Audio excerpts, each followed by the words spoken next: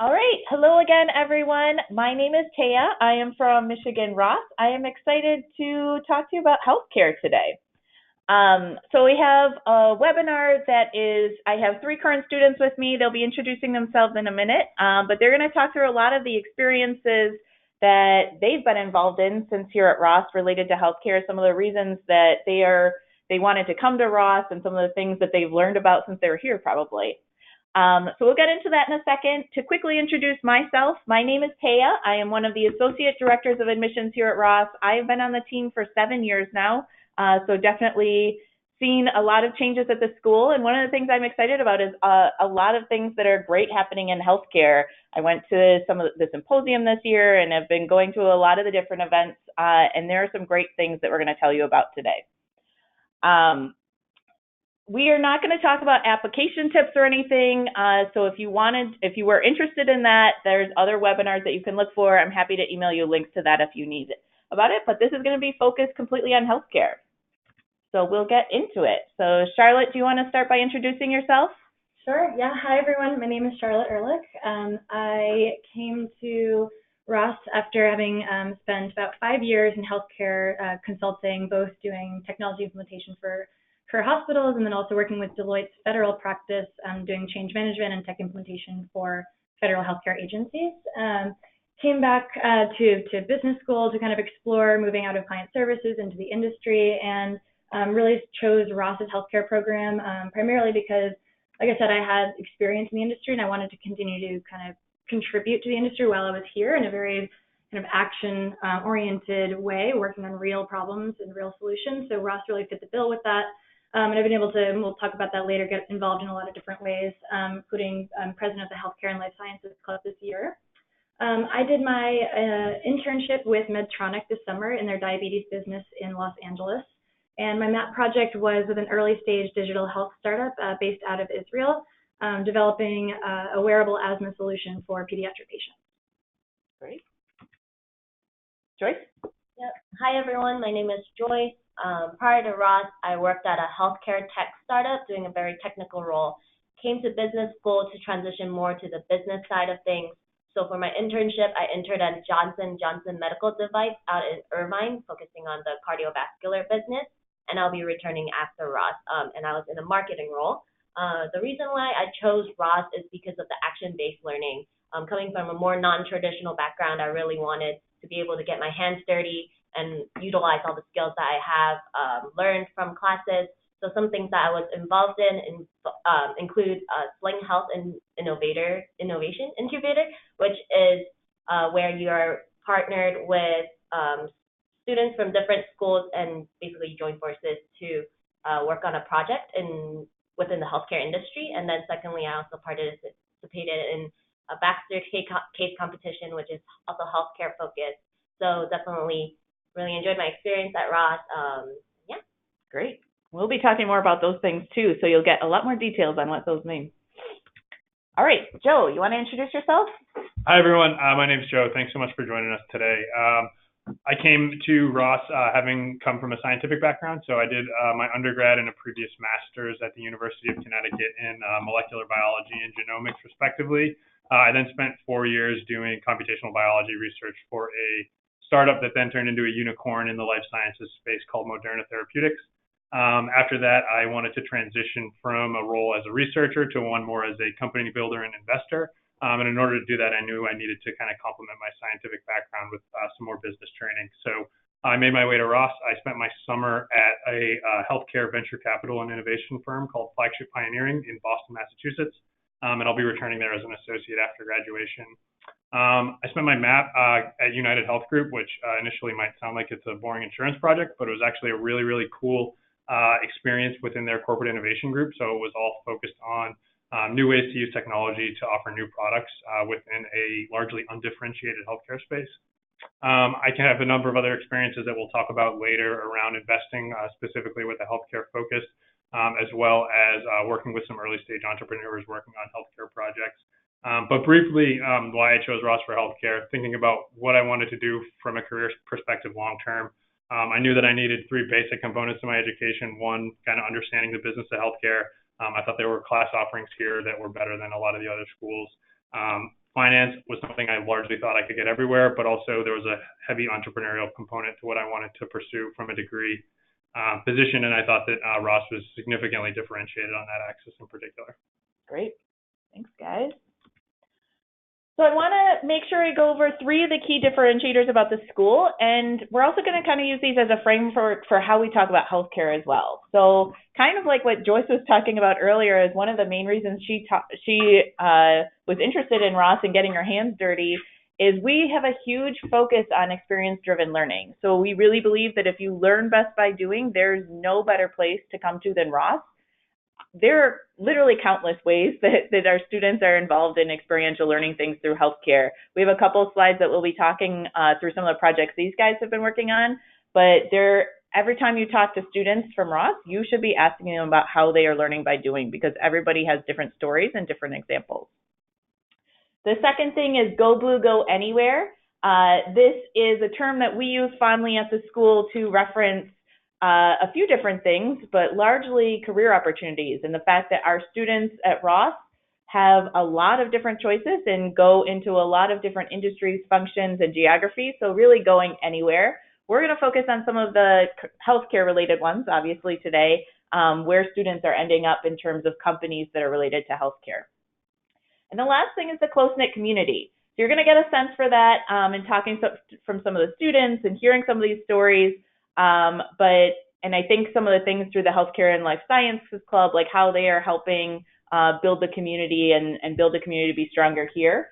But I also want to mention it is like the diversity of backgrounds that our students have at Ross is part of what really makes this place special.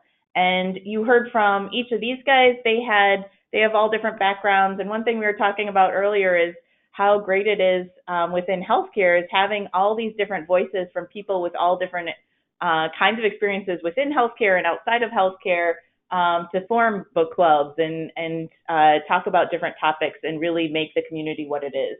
So something we are very proud of here. All right, so we're going to start with the learning part of that, experience-driven learning, and talking through how you actually learn at Ross and what that looks like. So there are 3 key ways that I like to talk through what learning healthcare at Ross looks like. The first is there are a set of customized electives. So you can take electives within Ross there's a lot that are healthcare related, and there are also a lot of courses outside of Ross that are healthcare related. So things that you can take at the School of Public Health or policy. There's a wide variety of choices. You can choose to do a dual degree, or we have a healthcare concentration if you want to do a focus. But we'll be talking about some of those electives in just a second. The next way that our students learn are through MAP, which is our multidisciplinary action projects. There are several healthcare MAP projects every single year, and you'll hear from both Joe and Charlotte did healthcare related ones. So we'll talk through some of those and give you a sense of what MAP looks like, which is technically a course. Some people forget that. And the last is the experiential opportunities. One of my favorite things to talk to students about because they're super interesting. The projects are different every year, and I think it's really a great example of a Ross differentiator, something that our students do here that these opportunities don't really exist other places, and they're really unique ways to be learning. Let's get into it. This slide goes over an example of some of the different courses at Ross on the left that you can be taking, some of the electives, and then you get a sense for some of the other programs at University of Michigan where you can be taking classes or working on projects with students from other schools. So I really love the interdisciplinary nature of the healthcare at Ross and at University of Michigan. I think it's something that's really special and differentiated, and healthcare is not just for business students, so I think it makes sense too. So you guys want to talk through a couple of the courses that you've had? Yeah, absolutely. I can start. So I'm doing the healthcare concentration. So by this point in MBA 2, I've done most of the courses listed up here. I have 1 or 2 more to go during winter A and B. One that I'll highlight, and actually this is Charlotte, Joyce and I both took this last semester, is the TO 563 Innovation in Global Health Delivery course. technically in the operations kind of realm within Ross. And this really focuses a lot on bringing new healthcare solutions, drugs, technologies to emerging markets as the kind of highest growth opportunity in healthcare right now. And this kind of focused on two different ways. One, how NGOs do this and how governments do this, but largely in part, what is the role of the firm in improving public health? So whether that's partnering with governments to bring malaria medication at cost to certain markets. It was really, really super interesting. And Ravi Anupindi is the professor. He was fantastic, definitely a leader and published person in this space. We had one group project that Joyce and I worked on throughout the semester. It was purposefully very broad. So essentially, really all we were told is to focus on Thailand and South Africa, looking at cardiovascular stents. And we were asked to create an end-to-end solution for improving access and quality of care in low-income communities. So that could go in a lot of different directions, but it was really a capstone of all the different cases we had studied throughout the semester.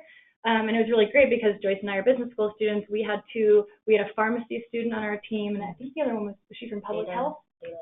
Data and informatics. So it was a very interesting group to come together on something that I think none of us had any history in and everything. So really enjoyed that. I don't know if you want to talk a little bit to what our actual kind of solution looked like. I'll just make a small comment on the class. I thought it was very interesting. I think it was very thought-provoking that technology, even in healthcare, technology may be a product, but it's not the whole solution if you can't implement it. And I think that really gets you thinking in terms of, okay, we have these great products in the U.S. or in developed countries, but how then these things can be transferred or cannot be transferred due to certain constraints, even maybe awareness from cultural differences to just not having the infrastructure to transport the innovation. So I thought the class was very thought-provoking and very interesting. Great. Awesome. Yeah, so I can lend a couple insights here as well. So similarly, at this point, I've taken a number of courses on this list. Just a quick note on comprehensive healthcare strategies. As somebody who is coming from sort of the life sciences end of the value chain, had really only worked for sort of innovator startup type companies, I was definitely lacking an appreciation for sort of the complexity of the economics of the health system more broadly. And this was an incredible sort of crash course into just sort of how the different capital flows work within the healthcare market, and gave me a much deeper appreciation for areas outside of the one particular piece of the value chain where I had worked previously. The other one I want to talk about is the BE 518 Business of Biology. This is another multidisciplinary course. I think we had students from 5 or 6 different schools within the course, which one of the things I really enjoyed about that is we had some great discussions because there were so many different perspectives within the room at a given time. So we had people from the medical school, grad students from a number of the research institutions, a number of students within Ross that were able to lend perspectives on very, very topical debates within healthcare right now that I genuinely enjoyed class time every single day because we had these rich discussions very regularly. One particular project that I think was a lot of fun, so our sort of capstone project for that class, we were in groups of 4. My group in particular had each a researcher, a genetic counselor, a business student, and an engineering student. And we were tasked with doing a deep dive on one particular company, and most groups had the same task. And there we needed to do a deep dive, understand their business model, understand sort of what their product pipeline looked like, identify the challenges that the businesses were currently facing. And the bulk of the presentation were providing strategic recommendations for how this company should maintain its competitive position in the marketplace. So it was a lot of fun to, play executive for that company for a couple of weeks and really think about what are the strategic and competitive forces that are playing a role in the business today, and what do we think are the best ideas for them to continue to be competitive moving forward. I'll add one thing on that class. I took that class with Joe, and I think one of the best parts about it was I think every single class we had a guest speaker from really amazing variety of companies, including, one day we had the former president of Pfizer come in, and we had a really rich discussion about, the kind of controversy around drug prices, and really got the pharmaceutical perspective on that, which, we rarely get kind of in the media. So things like that were really provocative and really interesting. And I think the project that Joe described was really sort of a result of having looked through the executive lens at several different types of companies, and then be able to kind of reevaluate from what we had learned from them, how we would kind of approach that if it were us. Yeah, the class, it impressively navigated sort of the trade-off between breadth and depth in an area that is so complex and has so many different components. I think having these guest speakers, we had a great sample of really the entire value chain there. Yeah, super interesting. I did see a couple of questions on here. We will have time for questions at the end, but these ones are relevant. So I saw one around dual degree. If you can do a dual degree with public health, when you need to add that. You can decide in your first year if you are either at another school and you want to add on a dual degree to Ross, or if you're currently at Ross and you decide you want to add a dual to public health or school of information or something, you can decide that in your first year. And same with the concentration. You can decide that during the first year as well. So I think it's a lot of times easier if you know ahead of time, so that you can do it all at once and you're in that mindset of applying to things. But you don't need to do that right away. The other thing I'll add is, so we talked about some of the classes at Ross.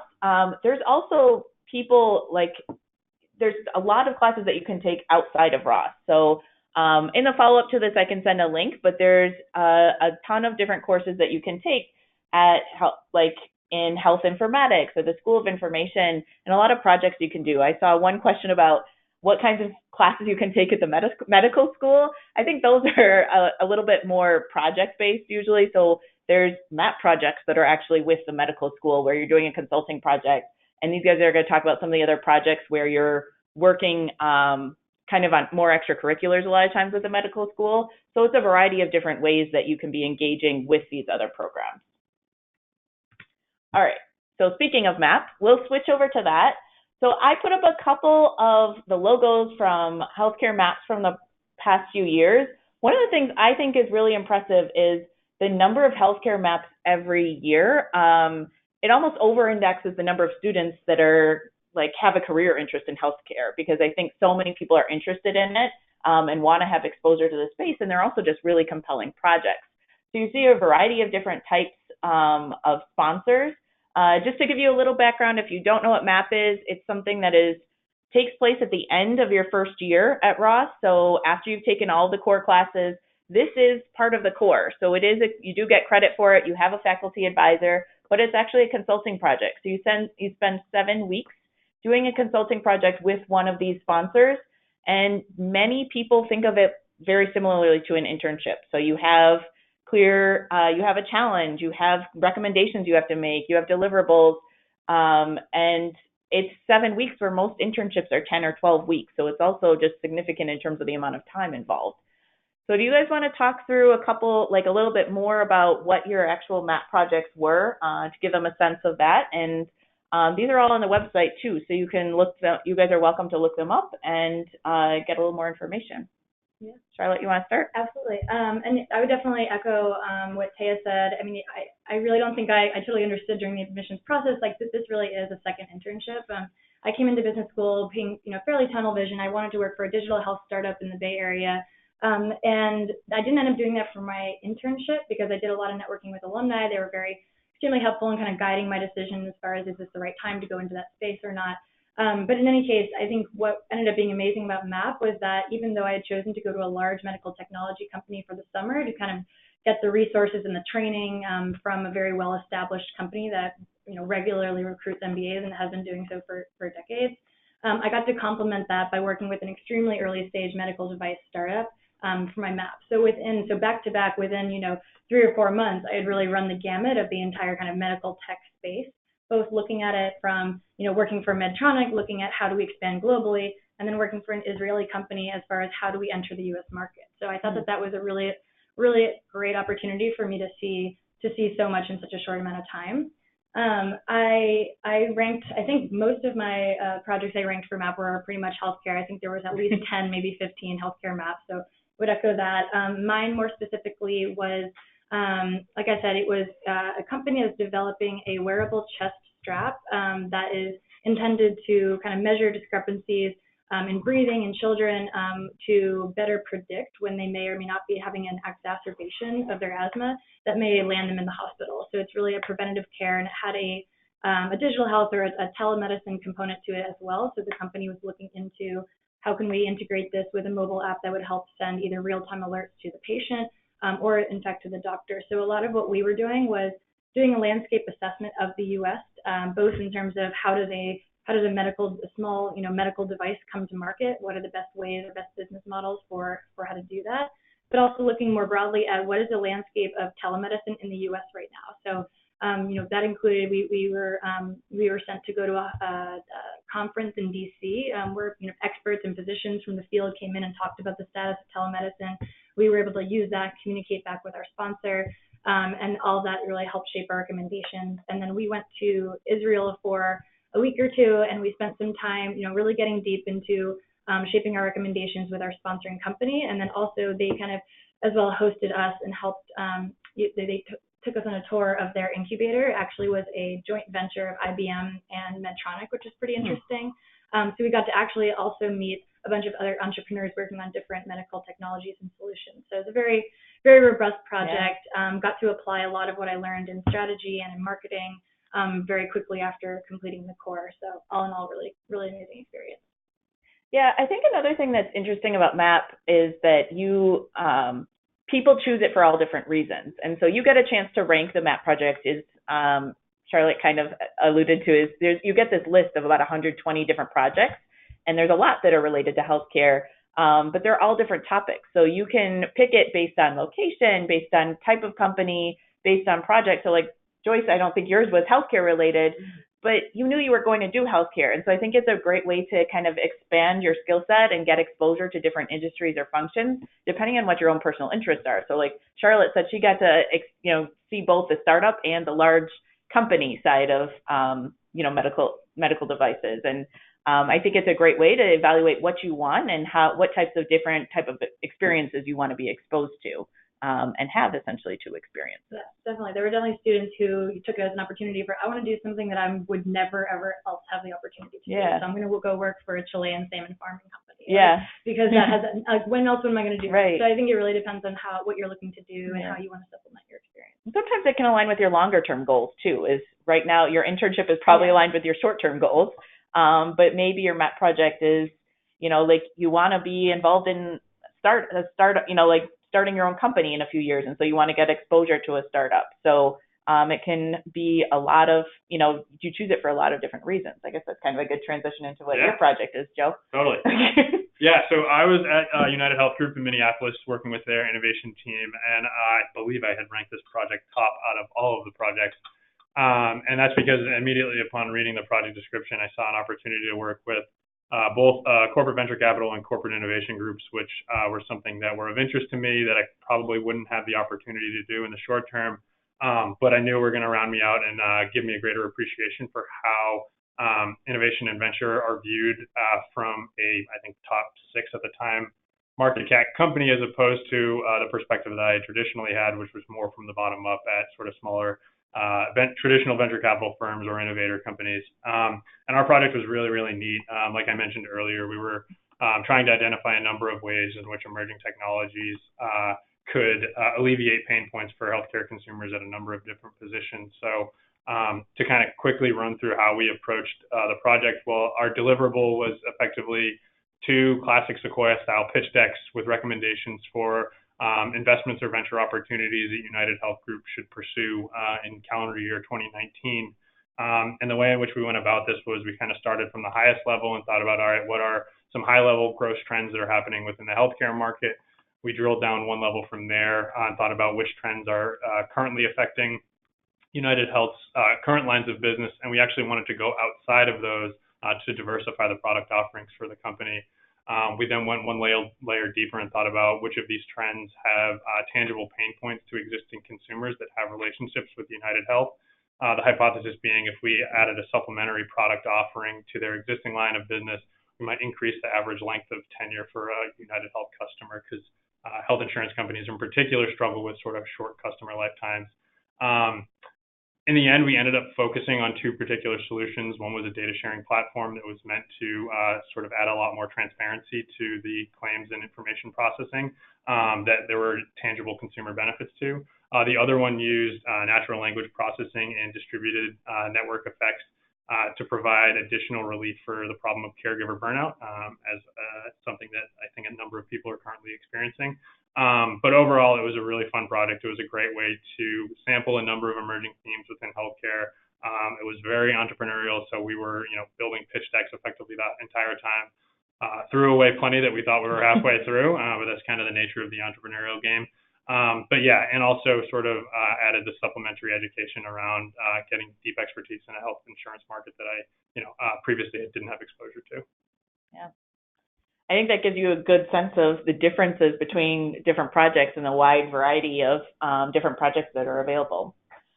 So MAP is definitely one of the key reasons that are key examples of experiential learning at Ross, but I also want to make sure that we cover a lot of things that happen outside of the classroom as well. So you can see in this, these are all organizations that students commonly work on projects with.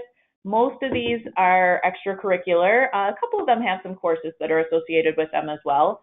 But there's a lot of variety, everything from funds at Ross to a couple of organizations and different offices at University of Michigan as a whole. So Joyce, I know you were on a project for Sling Health. Do you want to talk through that and any other projects that come to mind? So Sling Health is actually an innovation incubator that's not run by Ross, but run across all of University of Michigan. And basically on project day, these team leaders introduce their projects, mostly addressing healthcare problems that are existing right now. And for my particular project, we're focused on basically looking at doctors with ergonomic problems when they're performing colonoscopies and how it actually affects them in terms of having them retire early. So how do we create an add-on device to basically help them ergonomically and so they can prolong their careers. So I was working with myself, a biomedical engineering student, master's student, and then 2 medical students. And it was a year-long project, or 9 months. And we basically met outside of class, outside of school, whenever we have time to basically discuss our solution and how to then move it forward. And then eventually it is a competition. So at the end, we all present and in an auditorium with judges from all different schools. And yeah, and it is a national conference. So the winning team was able to go to a national conference. Unfortunately, we got it. But that's fine. But it was a great experience for me because I think it definitely brings in different perspectives, especially when we're at Ross. We're kind of in this business school bubble. We all kind of speak kind of the same language, but once you are outside of that bubble, a lot of people bring in different perspectives and have different priorities that they think are important that you may not think are important. And I think it really was an opportunity for me to basically learn how to work cross-functionally with different people, which I think translates then to my internship and, of course, in my future career. Yeah. I know Charlotte worked on a project with Sling Health. Do you want to just really quickly say what your project, the nature of your project was? Yeah, absolutely. So ours was a little different. We were really circling the problem of the fact that only maybe less than 5% of adults with cancer actually participate in clinical trials. So we were really trying to kind of tackle why that is and what could be done from the patient level to improve clinical trial participation.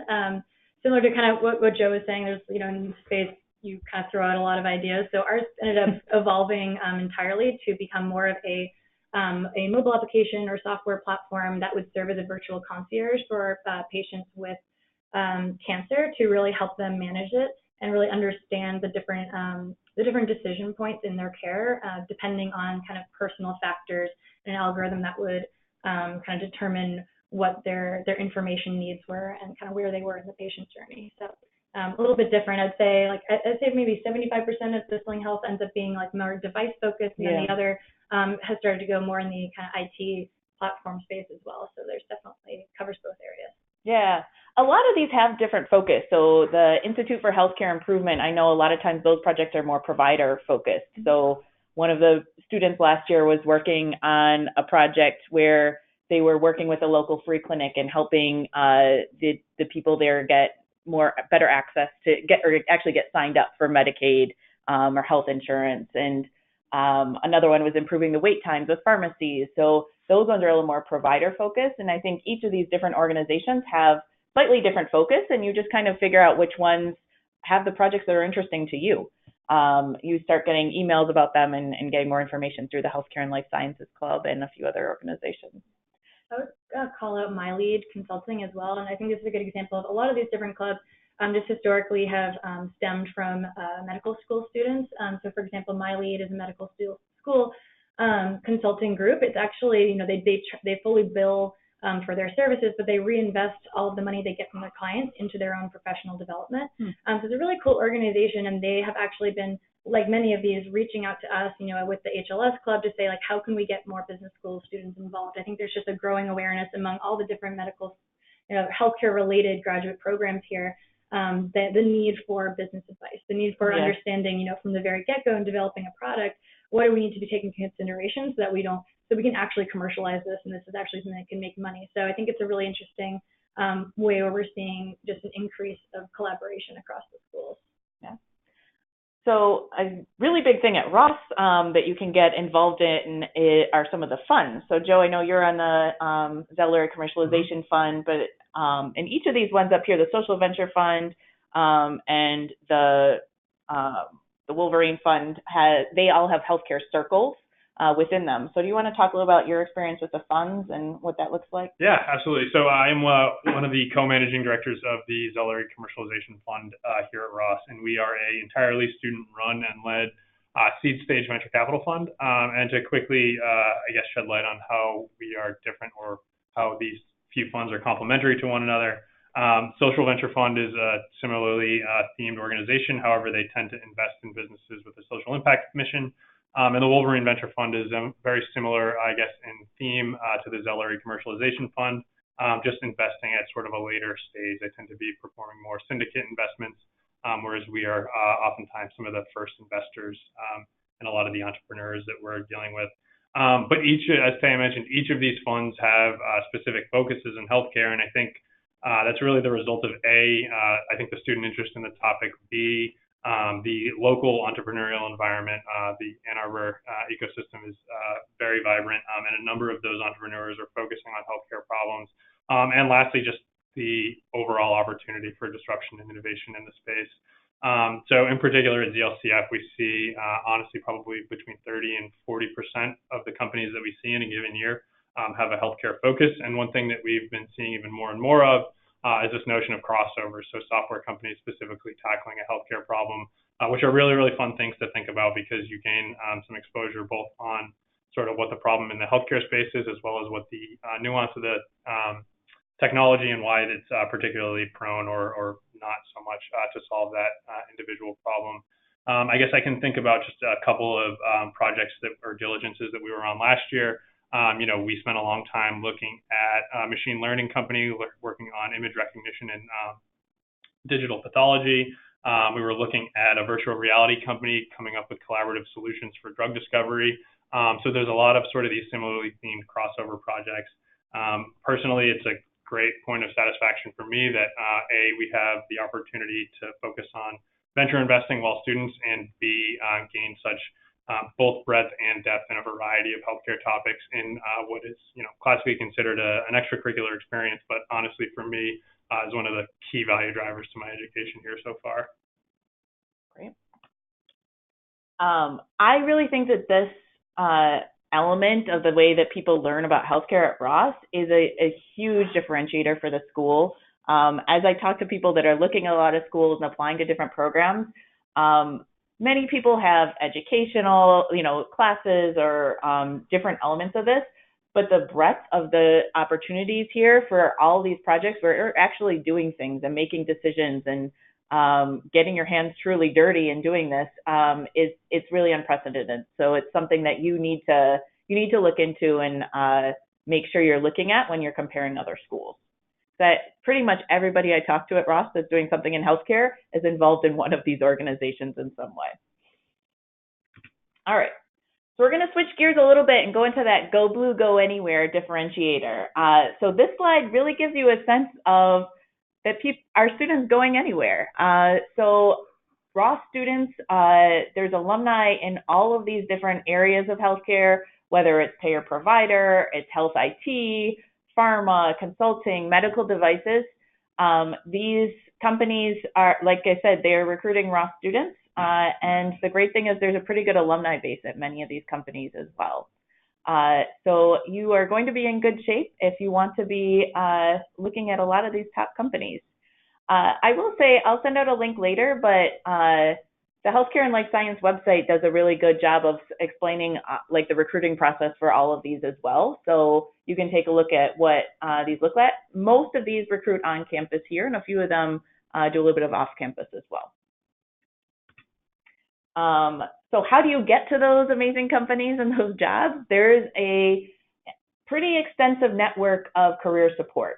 So you can see you are at the center of all this, but there are career development staff coaches. So we have Christina Strong, who is the dedicated healthcare staff coach. You can connect with any of the staff coaches that we have, but if you want to be connecting with someone on staff, she kind of coordinates a lot of the healthcare things and has a lot of knowledge. So a lot of people work with her directly. We have peer coaches, which Charlotte is going to talk to you a little bit about because they lead FACT groups. So she'll tell you more about that, but that's a pretty important part of the recruiting process. I think if you talk to current students, that's one of the really valuable tools we have here. We have an employer relations team who actually maintains relationships with all those companies and also starts to see which other companies we want to be developing relationships are based on where student interests are. We have the clubs, so the Healthcare and Life Sciences Club. Charlotte said earlier she's the president of that, but these guys are involved in it and it has a lot of opportunities. She'll be talking through that in a second. And the Alumni Network. It's a pretty invaluable tool. Michigan has the largest living alumni network in the world.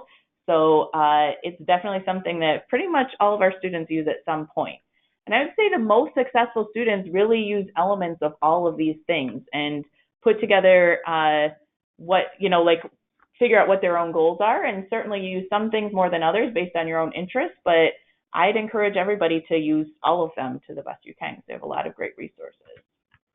So Charlotte, I know you are a FACT group leader for healthcare specifically. I was hoping you could talk through what a FACT group is and give us a sense of walk us through what's on the screen here of what you do in a FACT group.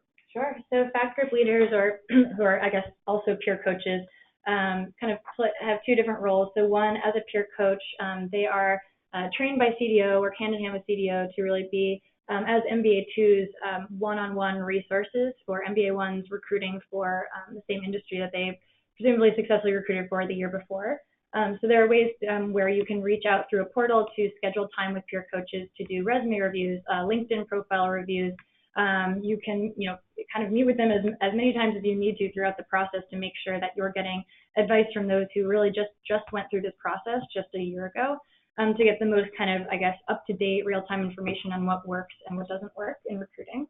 The FACT group is a dedicated group led by one MBA 2, usually about, let's say, between 5 and 8 MBA 1s who have coalesced into this group because they share a similar career interest. So for me, I lead one of actually 4 healthcare FACT groups. So we traditionally in the past had 3. We actually added another one this year for healthcare consulting specifically in response to student interest last year. So we're continuing to evolve to make sure that students are getting the support that they need. What I do as a FACT group leader is it's sort of a safe place and a support network for MBA 1s, but it also is in a way an education and training curriculum that closely aligns with the recruiting process. So we meet once a week and we follow something similar to the curriculum you see on the screen. So we really start with sort of as soon as you're getting on campus, and this starts right away in September, really helping first years get up to speed on the networking process in the MBA environment. For some, this is really, really brand new, because just kind of depending on what kind of work environment you came from before. But also for most, I think that the networking and recruiting process is very specific to the MBA environment and to Ross. So kind of the best person to really walk you through that is someone who went through it successfully the year before. And that's really the role that the FACT group leader plays. So every week we have a different topic. We go through networking, help prepare you to make the most of the HLS symposium and of corporate presentations to make sure we go through etiquette, best practices, types of questions to ask, like kind of the do's and don'ts, the inside scoop for these kinds of events. We work on resumes. We walk through the different research resources that are available to help you get the best and deepest information on the companies you're interested in to kind of better equip you for those types of conversations and recruiting process. We do a lot of hands-on practice of Odysseys. So when we say Odysseys, we really mean kind of your story that you would tell a recruiter when they say things like, tell me about yourself, walk me through your resume. So we really work on getting that to be tight and compelling so that you're really well prepared going into the season. And then we go, as the time goes on and interviews start coming up, we go really deep into the different types of interviews. And for healthcare, I think it's really important that there are a lot of elements of these interviews that are industry specific. You know, some of us come from generalist healthcare backgrounds, some come from no healthcare backgrounds, some maybe are experts in one slice of the industry. So there's some level setting we do as far as, okay, if I'm interviewing for a biotech company, what is the expectation as far as the depth of knowledge I need to know? And that's really helpful for someone as the MBA too, who's gone through it and interviewed with many of these companies. I can say, hey, they expected me to know their product portfolio. They wanted me to speak to a specific product of interest. And so we have that kind of real-time information from the year before. So invaluable resource, I would say. You know, I think the CDO coaches are obviously a big resource, but I think that the two running in parallel is really a great combination. Yeah, thanks. I do think the other thing with the fact groups being led by a second-year student, it's also like it can be great emotional support. Like it's a stressful process, and sometimes it's easier to talk to some of those problems to a peer than to a staff member. So I think there's a lot of value, obviously, in the curriculum and having someone who is successful in this recruiting process before. But it's, you know, there's a lot of value in different ways. Joyce, did you have any thoughts on your experiences with FACT groups? Yeah, so last year I was in a healthcare FACT group. There was 5 of us in the FACT group, so it was a very close-knit, tight community. Our FACT group leader definitely provided a lot of professional help, but also emotional help. I think, like Charlotte mentioned, there's a lot of nuances that's healthcare specific that you might not get in like a general marketing club, like kind of case preparation or like consulting case preparation. But within these FACT groups, you're able to get nuances that are specifically applied to healthcare and really prep you then to be more successful in your interviews moving forward. I would like to say our FACT group, one bonus that we had was that one of our members actually baked for some of our FACT group sessions. So it made it extra exciting, especially when we're prepping for very serious topics such as resumes or interviews. Like, it made it extra fun. So really enjoyed my FACT group experience, and I'm sure FACT group leaders are wonderful this year as well. It's sort of become your little family too. I mean, like your fellow MBA ones who are in your FACT group, I mean, you're all going to the same corporate events all the time. You're kind of sharing the same stressful moments. You're seeing each other in the waiting room for your interviews. So I think there's something to be said for having had like a lot of dedicated and sort of intimate time with people that you share that in common with. Yeah. All right. So the next part of it, I'm going to continue to have Charlotte talk through this. But in addition to the FACT groups and the career coaches, I think they all go hand in hand. They work closely with some of the programming that the professional clubs offer. So Charlotte, do you want to talk through some of the things that the Healthcare and Life Sciences Club offers to students that are involved? Yeah, of course. So at its core, the HLS Club is a professional development club. So everything that we do is dedicated towards preparing MBA 1s and MBA 2s to build or enhance their career in healthcare and to get a job. So we have weekly Sunday, we call them education sessions or group meetings. These also have sort of a curriculum that, again, closely mirrors the recruiting process. So we do a lot of industry learning at the beginning. So our first couple of sessions were, payer and provider 101. And then following that, we would have a panel of MBA 2s who interned or used to work in that space to talk about their experiences. And then the next week, it might be, biotech and pharma in the same sort of format. So a lot of the upfront programming is really around trying to help you understand the variety of options or ways to plug into the healthcare industry so you can start evaluating where your interests lie. On that same vein, in those early couple of weeks, we host a healthcare boot camp, and I'll talk a little bit more about that in the next slide. But it's really a 101 type of session that gets everyone kind of up to speed on the industry and the various sectors within it. We also, in addition to these sessions, and those sessions, I should mention, do start to evolve throughout the recruiting season to be to offer more specific workshops for interview prep. So they kind of supplement or work hand in hand with the fact group curriculum as well, but with a bigger environment.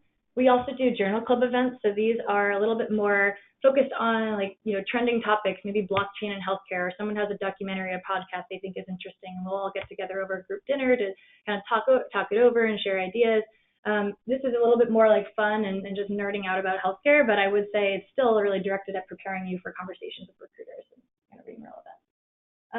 Let's see what else I'll call out. I think the newsletter, it sounds like a really basic thing, but we see our role as HLS to be a vehicle through which our members access what's going on not only within Ross, but the variety of opportunities we just spoke to earlier across the university. So that newsletter every week really does help not only say what jobs are available in internships, but which groups or clubs or extracurriculars are looking for Ross students.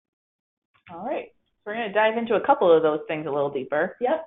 So the boot camp is an all-day, it's a long event, and this year was great. I think we had about 60 attendees from our club attend, and which is great, especially considering it happens in the first week of school. We had a really rich agenda that was led by faculty from Ross, from the public health school, from the medical school. We also invited local alumni entrepreneurs from the Ann Arbor healthcare tech community as well to talk about what are the different career paths and kind of their lessons learned from the industry, again, to help you kind of start getting the pieces moving in terms of where you're looking to plug in. And so it's a really, really great event. Talks a lot about industry trends, features students, alumni, faculty. Great way to start the year. A few weeks later after this actually just happened a couple weeks ago, is our annual HLS Symposium. So this is a 2-day event. It's our flagship event every year. We pick a topic for the event each year based on kind of student interest. So this year it was connected health. So really looking into how does digital disruption impact the various sectors? What does that look like in pharma? What does that look like in med device? And so we had panelists and speakers come from, and it's all sponsored by our recruiting companies. So this is really your first way to interact with those companies who have really kind of paid to be there, and they're interfacing with you not only to educate you, but to learn about you to kick off the recruiting season. So it's really fun. It's really interesting. We held it at the local golf club, University of Michigan Golf Club. It's really nice event. And the one other event I would call out is we just had last week a healthcare trek that was organized in the San Francisco Bay Area, which is really exciting. It was purely student-led. It was actually led by an MBA1 who just said, hey, I'm really passionate. This is something I want to do. And we said, of course, go ahead. So we kind of worked with CDO to make this happen in a very short amount of time, and created a 2-day event where we toured different companies ranging from Genentech, which is a historical employer of Ross students, ranging all the way to IndieBio and Carum Health, which are a little bit more early stage healthcare tech startups as well, to get us exposure to the industry and help make some connections outside of our immediate market here in Ann Arbor. Yeah, great. So I have seen, we've talked about it a little bit, but I know a lot of times people are interested in both like healthcare tech or healthcare marketing or healthcare consulting. So how do you guys recommend that people combine those interests together? Like obviously being part of the healthcare club, but I know a lot of times people are involved in other club, they kind of join both or join a couple of fact groups, or what do you recommend if people are interested, how that works together if they're interested in the intersection of healthcare with another area? Yeah, so I can jump in there. So I think the professional clubs, the way that they've kind of evolved most recently, do a great job in allowing students just to use them for the pieces that are most relevant to them, right? So within HLS, maybe there are certain topics or certain offerings that are more in line with what you need from a career development perspective. And similarly, like if you're interested in healthcare consulting, for example, you can be a part of both clubs and you can take the necessary pieces that, converge on the desired, education or professional development path that you need. I think, there are other offerings through school that are more maybe heavy commitments as opposed to the professional clubs. But the way that the professional clubs have operated most recently, it allows you to sort of pick and choose the experiences off the shelf that are most catered towards whatever your individual development path is. And I think the curriculum does the same thing. The flexibility of the curriculum is such that, I came here looking for something that was going to round me out in entrepreneurship, healthcare, and finance. I didn't think that any MBA program was going to allow that flexibility, but I found it here. And I think the professional clubs have done the same thing. I don't know if you have anything else. Yeah, I can speak to my experience. So I think I mentioned before, I came in wanting to work for a digital health startup, which is fairly narrow, but so So I kind of did 2 tracks, and I think a lot of times when people talk about like off-campus recruiting, it sounds like it's really like not everyone does that, but like most people I know were pursuing kind of their interests in companies that don't recruit here actively, as well as coming to all the corporate presentations of some more traditional healthcare companies as well. So I was sort of doing parallel tracks, and having come from a healthcare industry background, I actually ended up joining a tech fact group. The decision I made at the time was, okay, I know a lot about the healthcare industry, but a little bit more black hole for me is the tech, so maybe I'll use the fact group to my advantage. So to Joe's point, you can kind of piece together really what works for you, and also be pulling on the alumni network to learn more as well. So another example is I registered for the tech trek to San Francisco last year. I think there was only one healthcare company on it, but then I used the week to set up meetings on my own time with digital health, with alumni in different digital health companies as well. So you can kind of create your own schedule. I think the most important part is really having that in mind as soon as you get here, so you can start to put in a plan for yourself. So it's not kind of just passively attending presentations, but if that's really what you want, there's a lot of ways to make it work. It's just a matter of kind of customizing your own journey and taking advantage of everything that's available. And I would add to that. So I came from a healthcare tech startup, and then for me, I had a focus on innovation and technology in healthcare space. A lot of the large companies, even though they may seem more traditional, actually do have a significant of their business is in the technology space. So if you're interested, I think the most important is really to be open to conversation and like talk to the alumni, ask the right questions. And I really do think that you'll be able to find the path that you want to go to. Yeah, so it's a good transition into one of our last slides here. The last part of that career support network that we want to make sure is covered is the alumni network. As I said earlier, the Michigan Alumni Network is vast and strong, but I think also very engaged and involved. It's not just about being the largest alumni network in the world. It's that alumni are coming back for things all the time. I think I've seen the Healthcare and Life Sciences Club presidents that have been presidents for the past like 4 or 5 years here on campus in the past few months that have stopped by to say hi while they're here. People want to be helping, and I think last year on this webinar, I had a couple alumni join in and listen that told me afterwards that they were on it, and they just want to know what's going on and stay active. So I think that says a lot about the alumni community. There are career resources for alumni too. So once you graduate and you are working, if you decide you want to do a career change, we have career coaches or a career coach in the career development office that's available to help alumni. And the other thing is there's lifelong learning. So we have something called Alumni Advantage at Ross, where alumni can come back for the rest of their life, really, and take executive education courses, which are week-long courses.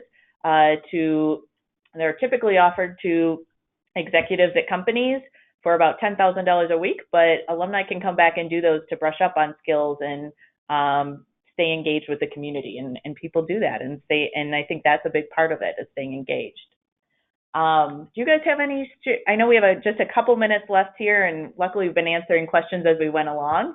But I was wondering if you guys had any experiences around alumni and how you've interacted with them or how they've been helpful for you since you're here.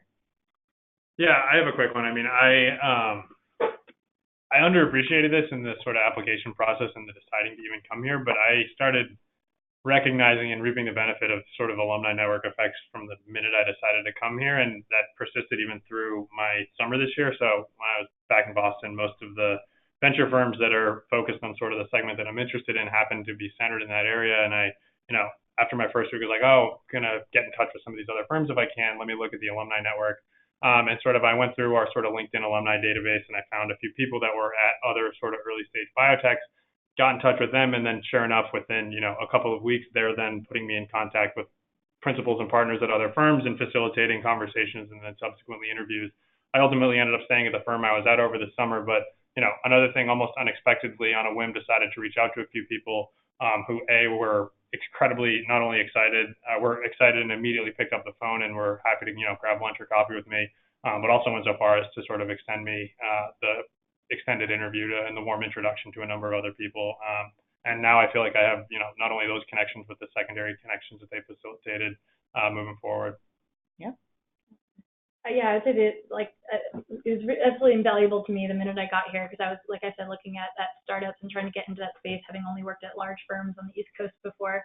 And so I just felt like even just going on LinkedIn, I mean, any kind of interesting healthcare startup that I looked at, someone from Ross had either worked there currently, worked there before, or maybe even started the company. So it was just, I mean, I was just really taken aback by that. And then not only were they willing to get on the phone with me right away and sort of, but it wasn't just like yeah, my company does or doesn't hire MBAs. They really counseled me through my decision-making process by giving me like candid picture of what life was like and what their job is and why they made the decisions that they have to really make those decisions. Like, they were alumni I had multiple calls with, and they were just extremely generous with their time, but also very insightful. Yeah. And I would say within the alumni network, I've definitely reached out beyond just MBA grads. I've reached out to like CBAs that have like worked in companies that we're interested in, but and have really insightful conversations. And I think it really speaks to that just like the Ross culture, but then also the UMich culture, that everybody is very collaborative and open to conversation. Yeah. All right. Well, I think that is a great note to end this webinar on. I did put up our contact information here, but I will send a follow-up email once we get the recording ready and copy these guys on it too if you have any follow-up questions. But thanks for tuning in and learning all about healthcare. So have a great day and go Blue.